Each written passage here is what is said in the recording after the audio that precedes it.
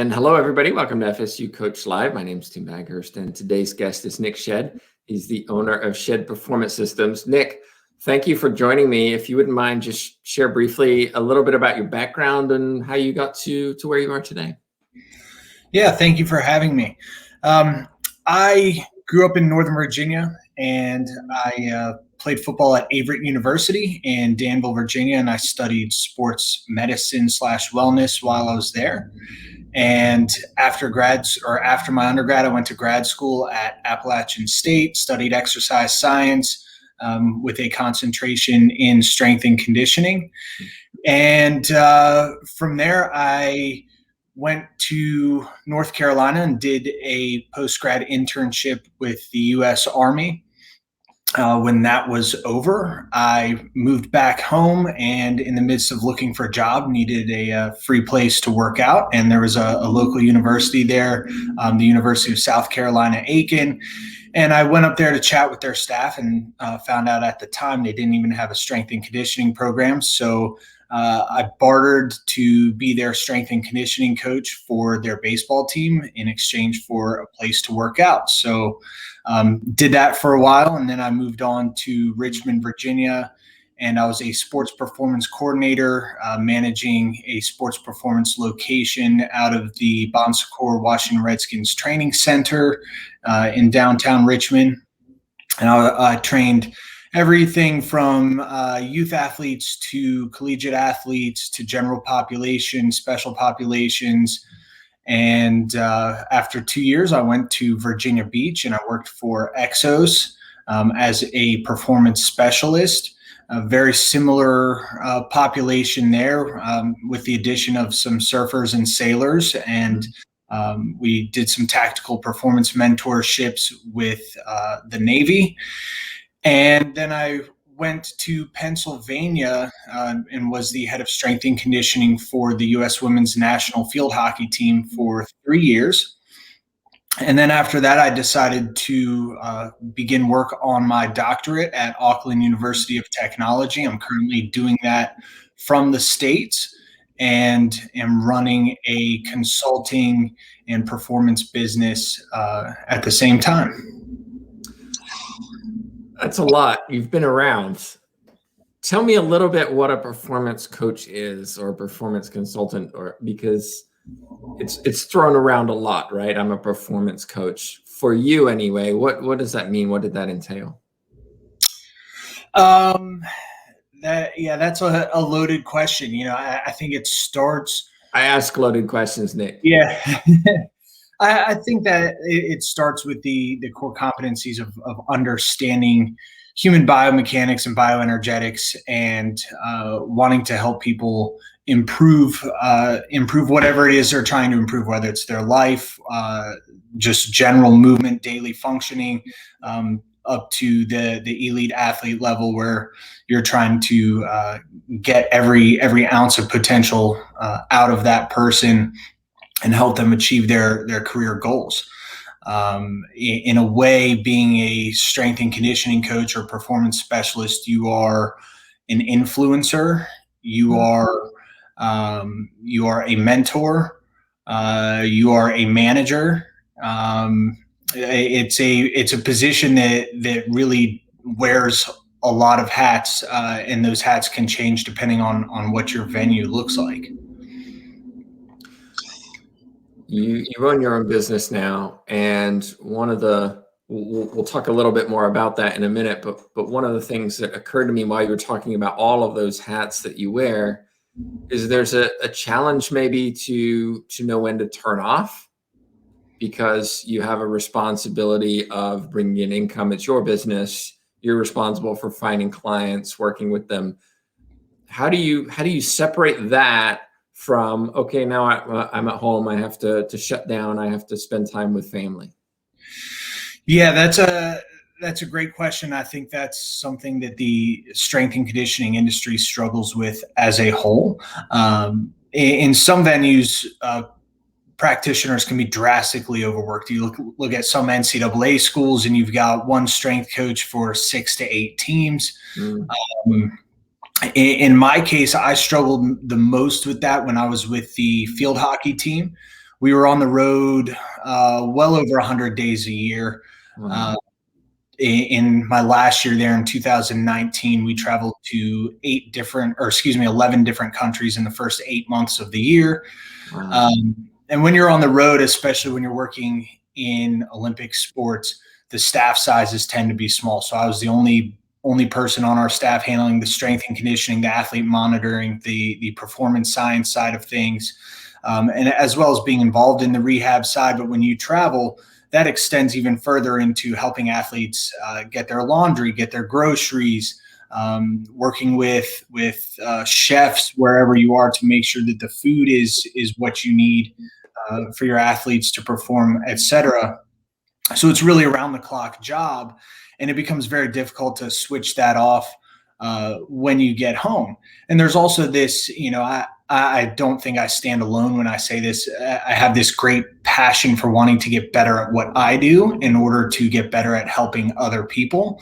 And the strength and conditioning industry is very, very competitive in that regard. So I almost feel like when the workday is done, if I don't go home and read some research or read a book or something pertaining to the profession, then I'm falling behind almost immediately. And I do have a wife, no kids yet, but I have a wife and a dog, so I have a family that I have to attend to. And it took me a couple of years to really learn when to shut that down. But some of what's helping me is I'm studying sleep and performance for my doctorate. And I've always been a heavy sleeper. I could sleep 10, 12 hours a day. If I only get 8 hours, I don't really feel refreshed. So doing all of those things to wind down at the end of the day kind of coincide with spending time with your family and putting down the profession for a few hours. And that's what I'm working towards. Well, if you're just joining us, we're talking with Nick Shedd. If you have a question, just put it in your chat box and we'll get it to him. Let's talk about your dissertation, because sleep is something I think a lot of coaches and a lot of athletes ignore, yet research is starting to show that that's probably the most important component of performance. Yeah, so I don't want to throw around a blanket statement, but I think that there's a few reasons why it's either ignored or not heavily tracked or thought about within programs. And there are programs out there that are certainly doing it. But one thing that I hear as I talk to practitioners is we know our athletes don't sleep well. So therefore, there's nothing we can do about that. We're going to adjust everything else accordingly. And if you look at a lot of the research around sleep and performance really exploded in the last maybe 5 to 10 years. And most of that has focused on total sleep time, subjective reporting of sleep quality, et cetera. And while there certainly is efficacy to looking at those metrics, it doesn't necessarily paint the whole picture and doesn't always give a good enough landscape to make changes within your program. And that's where sleep research in performance needs to continue to advance. The other difficult part around that is subjective reporting of sleep can often be difficult. It can be good for capturing behaviors and tendencies within athletes, but if an athlete wakes up tired, they tend to assume that they didn't sleep well. And if they assume they didn't sleep well, then they usually project that they slept worse than they actually did, and vice versa. If they wake up feeling refreshed, they often feel like they actually slept better than they truly did. So the subjective measures of reporting around that are questionable in their validity, and sleep quality is often tied to mood and muscle soreness and other things like that. So that can impact subjective reporting. And I think people get caught up and aren't really sure always how to interpret that information. Where I see sleep research going is becoming an input and output for training. We understand that sleep affects everything from a hormonal level down to an intracellular level. It can affect epigenetic changes in the body. It has a massive, massive impact on training. And when I was with the U.S. women's national field hockey team, that became a focus of ours. I want to say around 2000, the end of 2017, early 2018, because of how rigorous our training environment and our travel schedule was. So we linked up with the USOPC, and it just so happened that they were starting out a project, rolling out a sleep monitoring program. So we got to be the pilot study for that, or at least the pilot team for that, and started monitoring our athletes' sleep on a daily basis. So within 10 minutes of them waking up, I would get their objective sleep data. I would also be getting subjective wellness information. And we started to use that as an input for training. Perhaps looking back, we might have been overextending the capabilities of the technology, and technology, as far as the consumer devices go, really still has a long way to go in order to become really reliable and valid in the public market. But we started monitoring those things on a daily basis and adjusting our training on an individual level based on how players were sleeping. And we created dashboards and we're validating our objective data against our subjective data, et cetera. And that's a program that is widely used within the USOPC now. So I think we can conclude from what you just told us that you're a huge proponent of sleep. Not enough athletes get it. Coaches often accept that their athletes don't get enough and just say, well, we'll work around it. Have you figured out or developed any kind of suggestions for coaches to encourage athletes to get more sleep? Because, right, admittedly, a lot of athletes don't travel every day with their coach. So the coach can't ensure that they're in bed. They can't ensure that the person even sleeps. How do you get that high school team to understand that going to bed at 11 p.m. is going to make you better in 3 days' time instead of going to bed at 3 a.m.? Yeah, it's not easy. And I should back up and add to that a lot of the professional sports organizations, depending on their players' unions and their collective bargaining agreements, actually cannot do monitoring off of or outside of their court or off of the ice, et cetera. That's a good point. Yeah, they can't force athletes to take that home. So that becomes another hurdle. The general best recommendation that I've heard so far is just to increase the total amount of time that you're in bed, and that typically inherently increases total sleep time. I don't know that we're quite there yet as far as manipulating variables within sleep, especially with non-pharmacological interventions. There are things being used, and we used on the women's national team, like blue light therapy, at times when, say, you're traveling or your athletes are going to wake up, but they're going to be inside of the hotel for 3 hours in the morning, and you just got to a new time zone. You really need them to get that light exposure. There's blue light glasses. There's research coming out on flash therapy, et cetera. But the consensus, especially if you're talking to college or high school kids, is that you need to spend more time in bed, shut off the devices early. And I think, with athletes, they care most about whatever you test. And that's what becomes really difficult. If you take a team and your only test is a 1RM back squat, they're going to get competitive over that back squat, whether it's really relevant to their sport or not. And so I think even if you don't do it all year long, or you only do it for 2 weeks the entire year, getting some kind of subjective reporting around sleep, and obviously not using that as a whipping stick to try to force people to sleep more, but just use it as an educational piece. And I'll give you an example. When I started using subjective reporting, just sending my athletes morning wellness questionnaires, you could see trends, especially around social jet lag, meaning on the weekends they're staying up later, they're sleeping in later, so their circadian rhythm changes, it shifts a little bit, and then come Monday they don't sleep as well. And then Wednesdays for us, we only had training in the morning, and then they had off the entire afternoon. You saw a very similar dip with a lot of athletes, a little bit of a shift. For whatever reason, either they weren't exhausted enough, or they had so much time on their hands all afternoon that they tended to stay up a little bit later. So you can really use those for each individual's lifestyle patterns and have conversations around that. Hmm.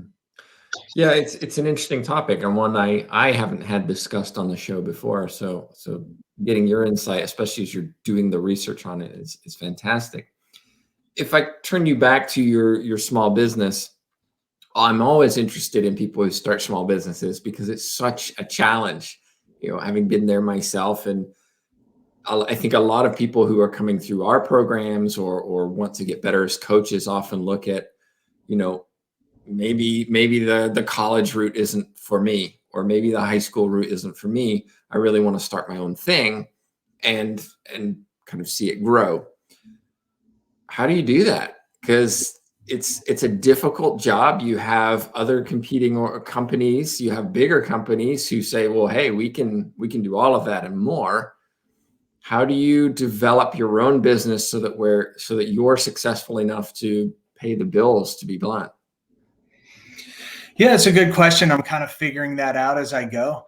I think if you're going to start your own business, the first thing you need to do is talk to a financial advisor, talk to accountants, talk to people that have started small businesses.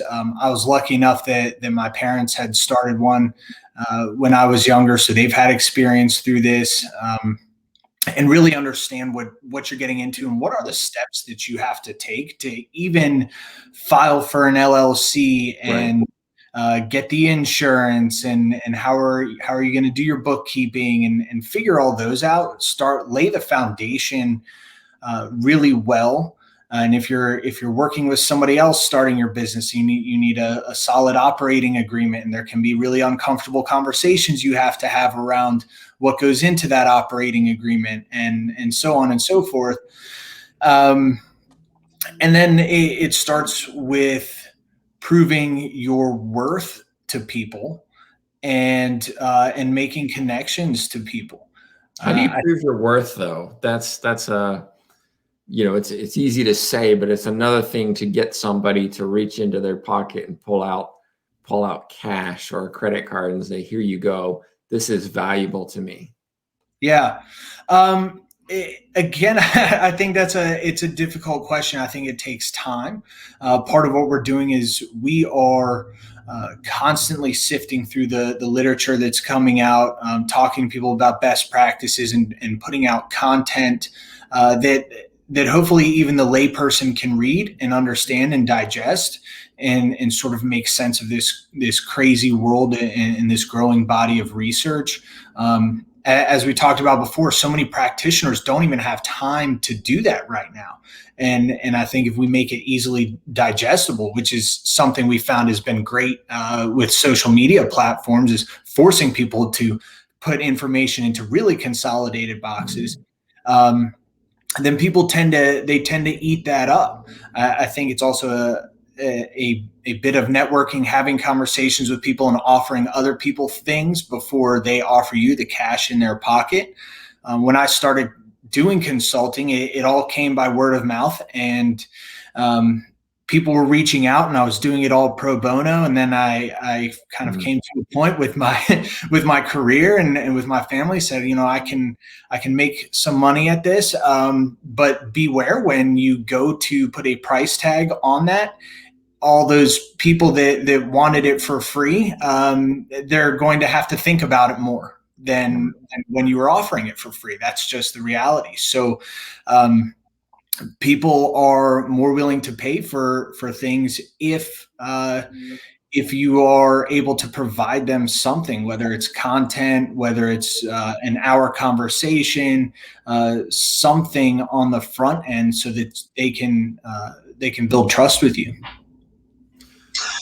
To be more specific, then you just talked about doing things on the front end, having conversations with them, and so on. Do you bill people per session? Do you bill them per month? How does that work? Because there's so many different models out there. What have you found works for you? Yeah, we don't see too many individual athletes. Okay.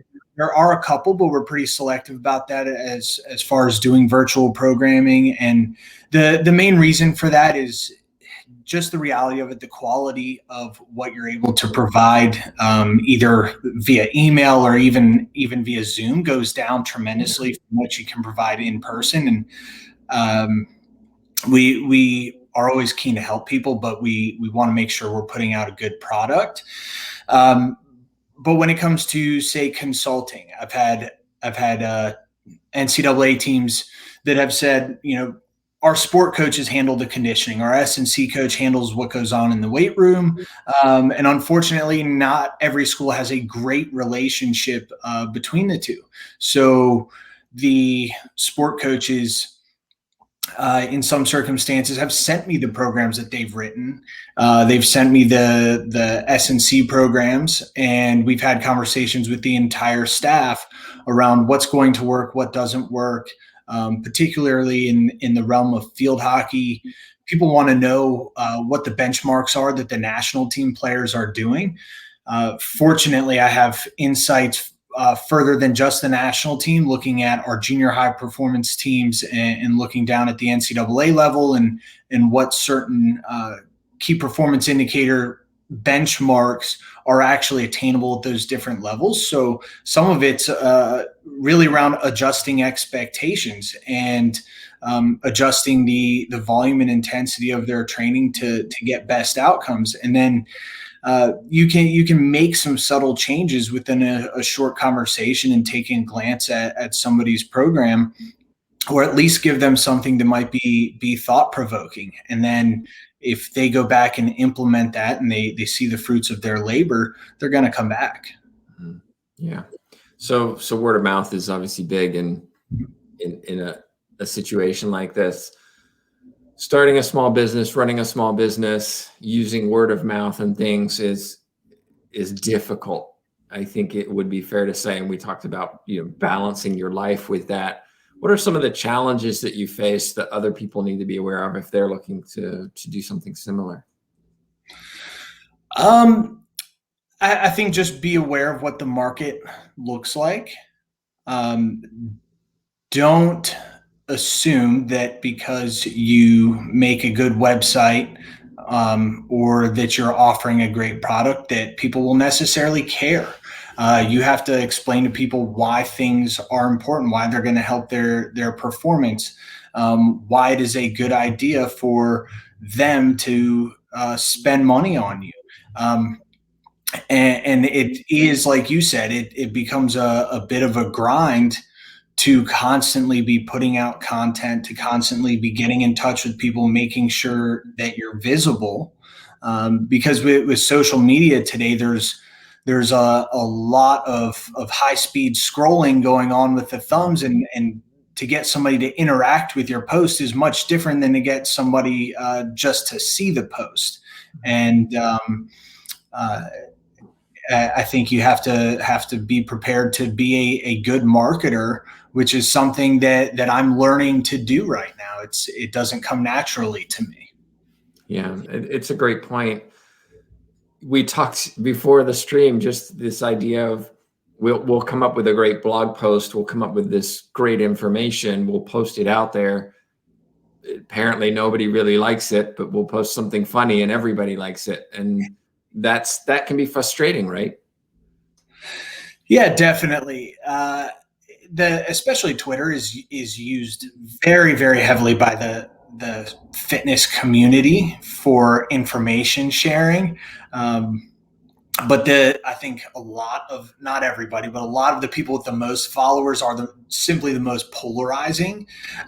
People that are willing to say whatever comes to mind, give that shock value on social media, posting funny memes, etc. And I've experienced that too. And I think you still should try to contribute in some way if that's your platform. Try to contribute to the growing thoughts of the industry. But maybe you do have to post some funny stuff from time to time just to get people to get a few extra follows, a few extra views.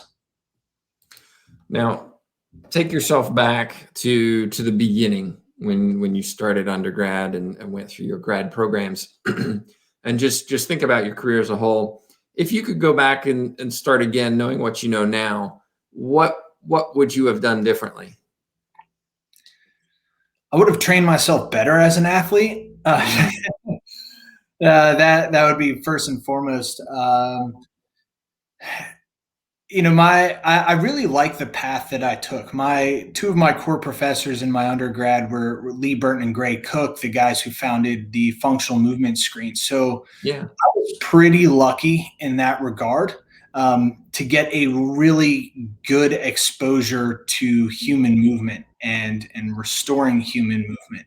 And I wouldn't have changed that for the world. I think the one thing I would have changed most is getting more internships, hanging out, spending more time at the water cooler with sport coaches. Especially if I start thinking about down the line into my career path that I took. If you want to be a strength and conditioning coach with teams, with the NCAA, when you step into the private sector, there are advantages to doing that, but you have to understand that you will be labeled as not a team guy. Even though in the private sector, a lot of times you have teams coming to your facility or you are going to their facility to work with them. You're not fully embedded with the team. And that makes it very difficult to get into a team environment, to get into an NCAA environment. Those clubs, so to speak, can be relatively exclusive. So I would have potentially tried to make it easier on myself by trying to stay more in the team route.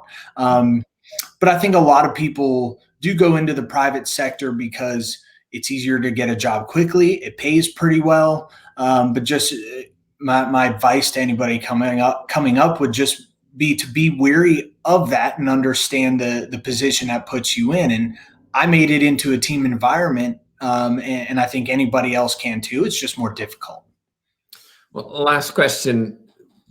When we talk about strength and conditioning, when we talk about performance, I can go on Google and find a variety of different certifications where maybe by this time next week, I'm some kind of personal trainer, maybe not even setting foot in a gym these days. What are your thoughts on certifications and the efficacy of those and whether they're valuable? Are there ones that you recommend? Well, maybe I'm not going to ask you to say ones you don't recommend publicly, but it's a minefield to me, especially in strength and conditioning, where I see so many different organizations saying, "Hey, we've got the best training, the best certification. You want to get this one, and it's the easiest for you to get." Yeah, at the risk of being crucified for this, I think everybody should get their CSCS, the Certified Strength and Conditioning Specialist, through the NSCA. It is the industry standard. I do think that certifications hold value in at least setting a bar of core competence. But that doesn't mean somebody's able to do their job well. There's so many other factors. If you can't communicate, if you can't relate well to people, if you can't manage time, if you can't manage in certain roles budgets, there's so many factors that go into coaching that a certification simply cannot cover it all. But I think that base bar for the industry right now is the CSCS certification, at least in the States.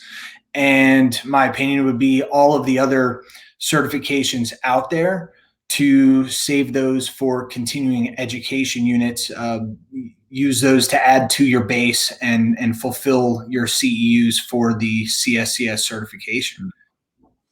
Well, Nick, thanks for taking the time to join us. I know if people have questions, usually they contact you after the show because they watch it later. What's the best way for them to reach out to you? Yeah, just reach out to me at my email. That's sheddnw@gmail.com, or you can follow me on Twitter. Send me a message on Twitter at ShedStrength. So for those of you listening to the podcast, that's shed, SHEDDNW @gmail.com. Well, Nick, thank you once again for sharing a little of your expertise, and I hope everybody watching enjoyed it as well. Just a reminder, of course, that we're here every week, usually on Wednesdays, so be sure to join us next week for our next guest. Thank you for having me.